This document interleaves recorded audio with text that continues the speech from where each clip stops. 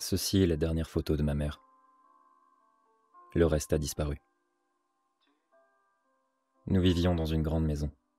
Voici l'étage, et voici le rez-de-chaussée. Elle est là. Au premier abord, c'est une soirée normale. Et qui a pris la photo? Mon frère? Ma sœur?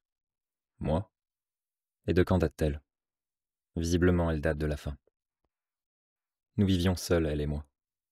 Mon frère et ma sœur avaient déjà leur propre vie.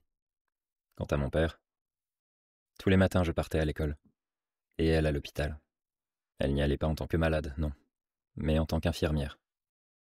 Le soir, je rentrais aussi moi-même, généralement avant elle. Mais vers la fin, elle était parfois déjà là et préparait le dîner. Alors nous mangions ici. Elle avait la maestria de ces plats-là, et savait se renouveler. Elle me demandait ce que j'avais fait à l'école et je lui racontais. Après manger, quelquefois nous regardions un film, mais la plupart du temps j'allais directement dans ma chambre. Parfois j'entendais ce qu'elle faisait, mais le plus souvent il n'y avait rien. Mais ce soir-là, elle m'avait dit de l'attendre à l'école, qu'elle viendrait me chercher et nous emmènerait chez un nouvel ami pour y passer la soirée. Elle avait ajouté qu'il y aurait une surprise.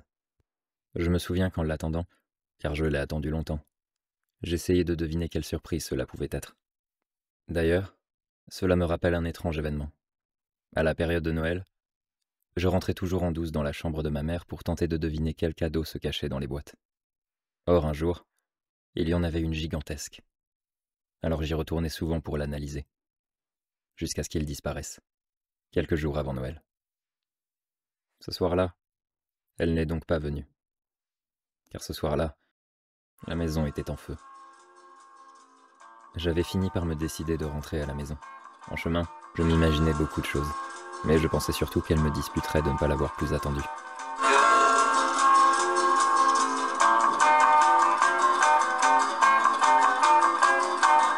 Sur les lieux, j'ai vu la maison, mais on m'a vite caché les yeux.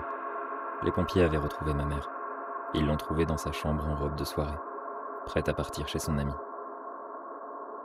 Il faut noter plusieurs choses.